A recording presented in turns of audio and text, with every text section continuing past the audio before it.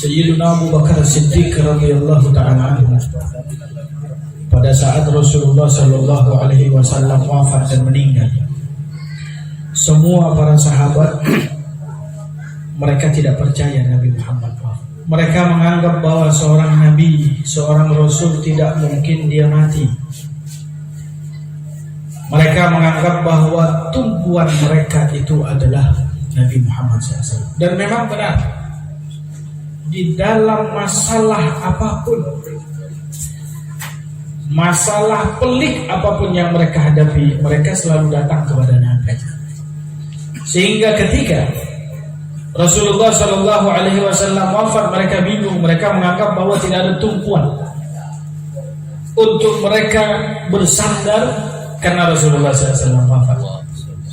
Tapi pada saat itu kita bisa lihat bagaimana iman seorang sahabat yang luar biasa bernama Abu Bakar As-Siddiq. Karena beliau yang paling tenang. Itulah yang dikatakan oleh Rasulullah SAW bagaimana iman Abu Bakar begitu luar biasa, sampai Nabi bersabda, "Lau huzina imanu Abi Bakrin ala imani ahli kauni kullih la rajaha iman Abi Bakrin." Kalau seandainya ditimbang antara iman Abu Bakar Siddiq dengan iman seluruh daripada manusia, daripada umatku, maka niscaya iman Abu Bakar Siddiq akan unggul daripada iman mereka semua. Pada saat Rasulullah wafat, bukan berarti Sayyidina Abu Bakar tidak sedih.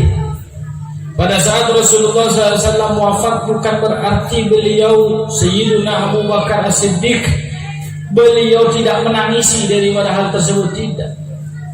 Tapi beliau mempunyai iman yang begitu kuat yang tidak dimiliki oleh seluruh para sahabat yang lain.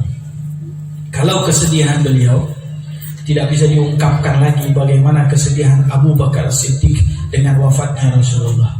Sampai dikatakan bahwa Abu Bakar Siddiq semenjak Rasulullah SAW wafat, beliau itu kalau berbicara, ya, keluar dari mulutnya itu adalah bau hati yang terbakar, seperti hati yang dipanggang.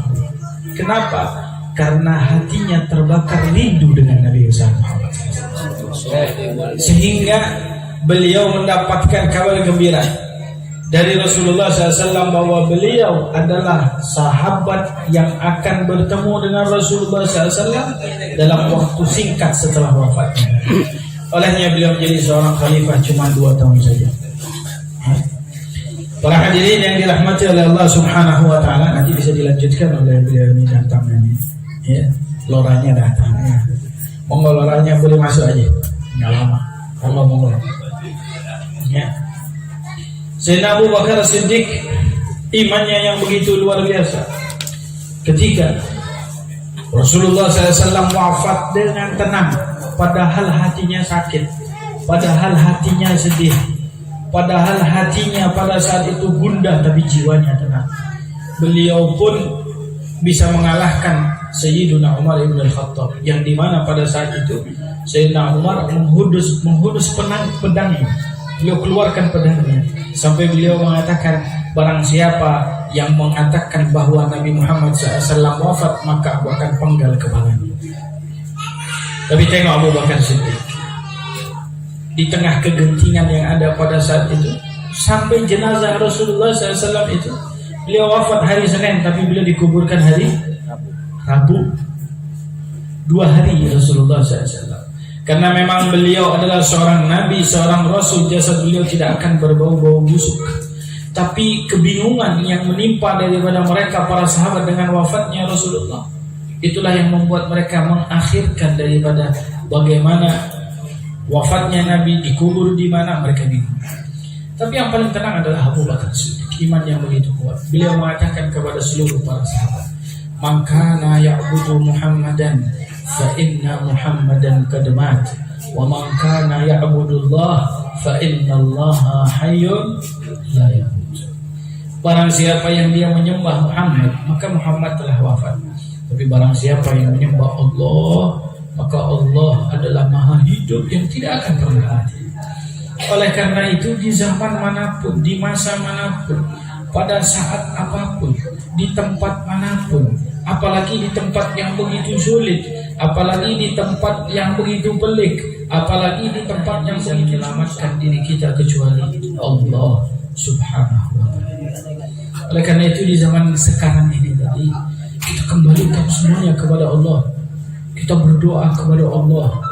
Bisa jadi dengan kita kembali kepada Allah, pada saat itulah Allah akan turunkan pertolongan kepada diri kita.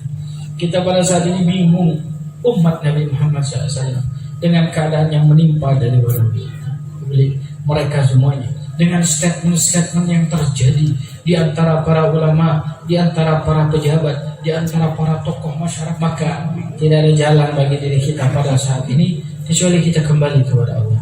Dalam sebuah hadis di mana Rasulullah SAW mengatakan, innama yansurullahu hadhil ummah bidha'ifihim, bidu'aihim, biikhlasihim, bisalatihim. Kata Nabi Muhammad dalam sabdanya, sesungguhnya Allah Subhanahu wa ta'ala akan menolong umat ini dengan orang-orang lemah seperti kita pada saat ini. Kadang kita itu tadi di zaman sekarang, kalau kita terlalu keras masukkan penjara, kalau kita lemah kita, maka yang perlu untuk kita lakukan 3 hal kata Nabi. Pertama adalah bagi orang-orang lemah seperti kita, bidu'aih, banyak berdoa kepada Allah. Tidak ada senjata yang lebih tajam bagi setiap mukmin dan muslim melebihi daripada doa. Olehnya Rasulullah SAW mengatakan, silahul mu'min doa. Silahnya, senjatanya daripada orang yang beriman itu adalah banyak berdoa kepada Allah. Apa yang perlu kita doakan? Kita doakan kebaikan buat umat ini tadi. Allahumma aslih man fi salahihi salahul Islam wal muslimin, wa aslih wulatal muslimin fi baladina hadhihi Indonesia khas, wa la tuhlikna wa ahlik man fi halakihi salahul Islam wal muslimin. Itu yang doa yang diajarkan oleh para ulama. Ya Allah, perbaiki setiap orang yang apabila dia baik akan membawa dampak kebaikan buat kaum muslimin. Kalau orang ini baik, maka kaum muslimin akan menjadi baik. Perbaiki orang seperti itu. Khususnya para pejabat, khususnya para ulama, khususnya para tokoh daripada masyarakat, khususnya di negara yang paling kita cintai, negara Republik Indonesia. Kalau memang orang tersebut tidak baik, berikan hidayah kepadanya. Tapi kalau memang orang tersebut adalah orang yang sudah tertulis fil qada'il azali bahwa dia adalah orang yang celaka, kita cuma berdoa kepada Allah. Apa? Cepat buat dia mati dan wafat. Kalau memang dia bisa diberikan hidayah oleh Allah, kasih hidayah dia supaya jadi lebih baik. Kalau memang dia tertulis penduduk neraka, dia jadi cepat mati. Ya, ini doa buat diri kita. Kita harus banyak berdoa di zaman sekarang. Ya, kalau kita mengangkat senjata sekarang, kita minta kepada Allah. Yang kita doakan adalah orang yang bisa jadi baik. Kalau memang dia bisa jadi baik, mudah-mudahan diberikan doa. Tapi kalau dia sudah tertulis penduduk neraka, masalah. Cepat tak lebih bisa tak Tuhan.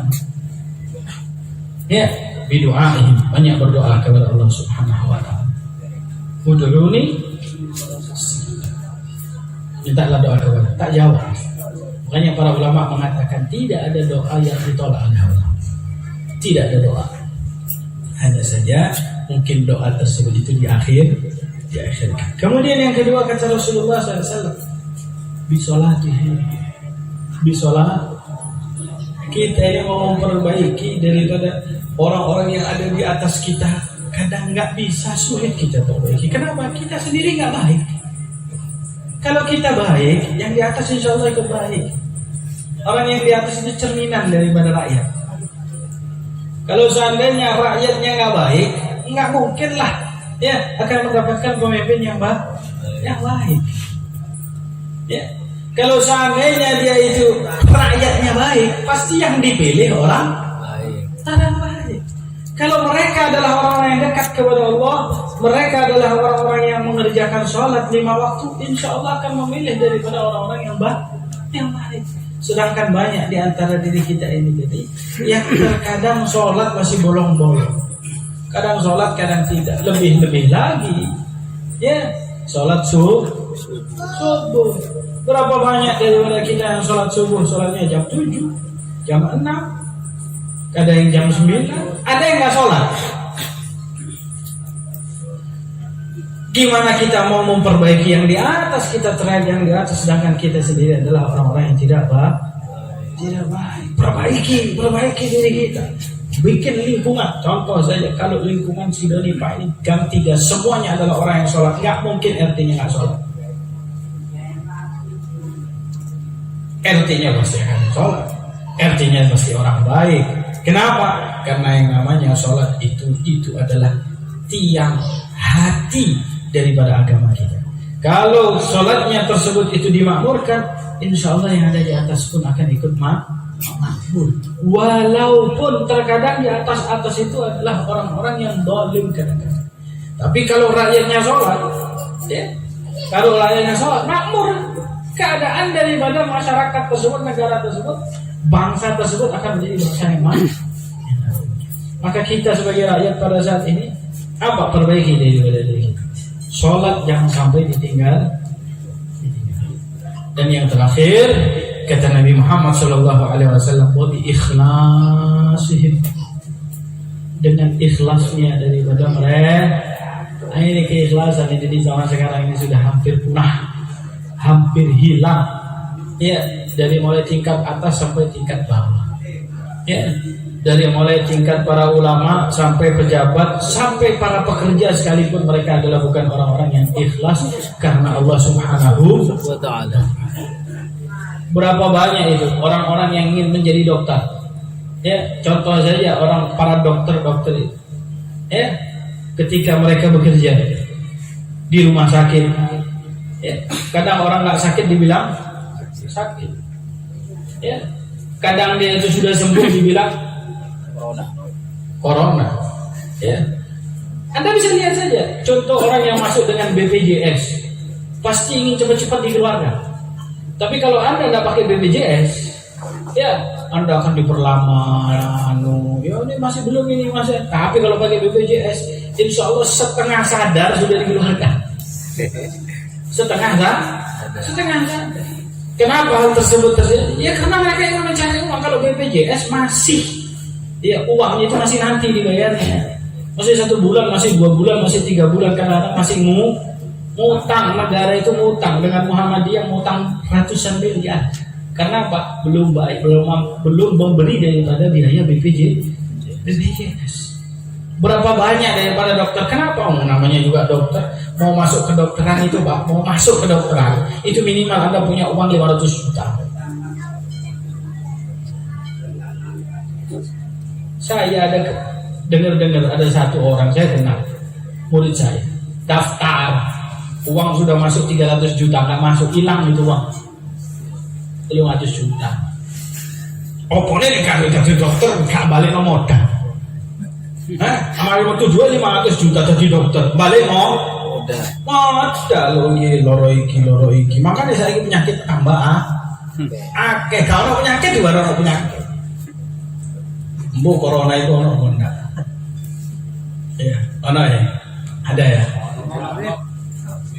Digawe pokoknya, sing penting bayar vaksin, sing penting iki ya lah. Nah ini yang terjadi. Semuanya karena tidak ada ikhlas. Cuma begitu pula para ulama. Saya sering sampaikan. Kenapa? Ingat ya. Sekarang itu banyak anak-anak dimasukkan pondok pesantren. Kecil-kecil pondok pesantren, kecil-kecil tahfidz Al-Quran gitu. Itu kira-kira kalau 40 tahun, 50 tahun yang lalu jarang anak dimasukkan pondok pesantren. Saya tidak berbicara yang ada di Madura mungkin ya. Karena memang di sana itu tadi dulu memang tidak ada sekolah. Tapi 50 tahun yang lalu banyak sekali orang lebih memikirkan untuk masuk SD, SMP, SMA, kemudian S1, S2. 50 tahun yang lalu. Tapi masuk era tahun 2000 ini banyak sekali. Dari mulai tahun 95-an ke atas sampai era 2020 sekarang. Itu kecil-kecil sudah dimasukkan pondok pesantren. Kecil-kecil ditahfidkan. Dulu pondok tahfidz Jangan ada pondok pesantren. Dulu pondok pesantren dengan sekarang banyak mana? Banyak sekarang. Dikit-dikit pondok pesantren. Kenapa? Karena jadi habib itu menjanjikan. Karena jadi kiai itu menjanjikan. Karena jadi ulama zaman sekarang menjanjikan. Loh, saya tidak berbicara dusta, tidak. Tapi memang inilah yang terjadi. Dulu dari pondok pesantren keluar dari pondok paling ngajarnya di musola. Bayarannya 300.000, 400.000, ya 500.000.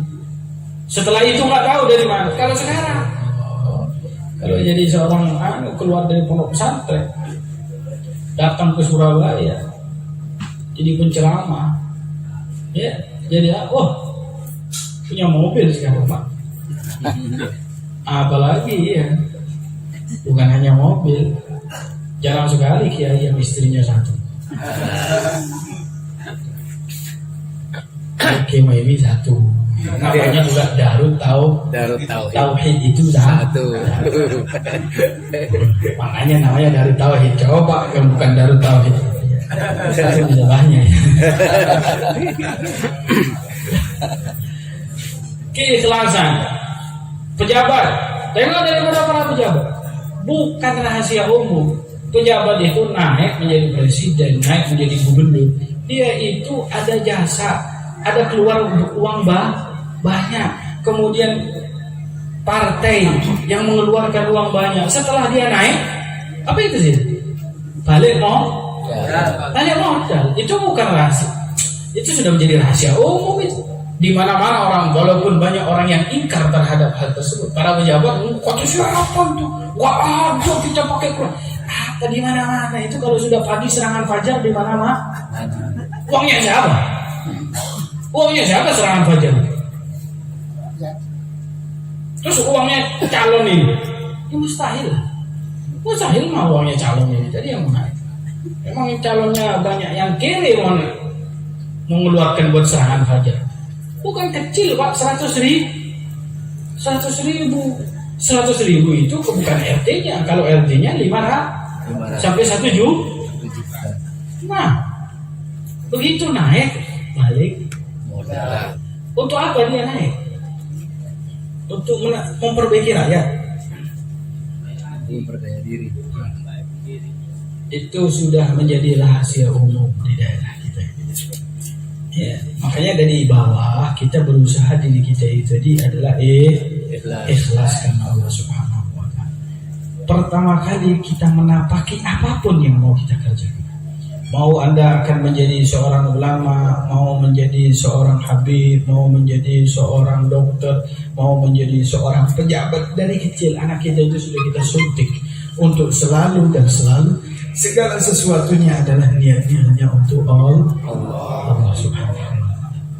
Kalau kita niatkan semuanya untuk Allah, yang di atasnya pun insya Allah akan jadi ikut. Makanya dari sekarang, kalau kita mau menjadi negara ini menjadi bangsa yang baik, nggak bisa secepat kilat kita akan bisa berubahnya.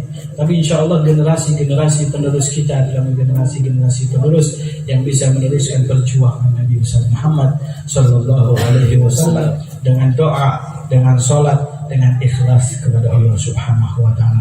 Mungkin ini yang bisa saya sampaikan pada malam hari ini. Kurang lebihnya mohon maaf. Billahi taufiq wal hidayah wal inayah. Innahu ala ma yasha'u bil ijabati jadir. Saya mohon pamit. Saya balik dulu, mohon maaf. Ini kalau bukan Darut Tauhid saya mungkin nggak datang ke sini. Karena beliau Kiai Muhaimin itu dan begitu pula Rola Faiz itu teman dengan saya. Ya. Dan Kiai Muhaimin adalah orang yang masya Allah seorang ulama yang istiqomah. Jalannya adalah jalan Shirathul Mustaqim. Amin. Baik, ikuti terus beliau itu. Amin. Amin. Ya Allah akan menuju surga Allah. Amin. Amin. Yang bisa saya sampaikan. Sallallahu alaihi wasallam Muhammadin wa ala alihi wasallam. Alhamdulillah.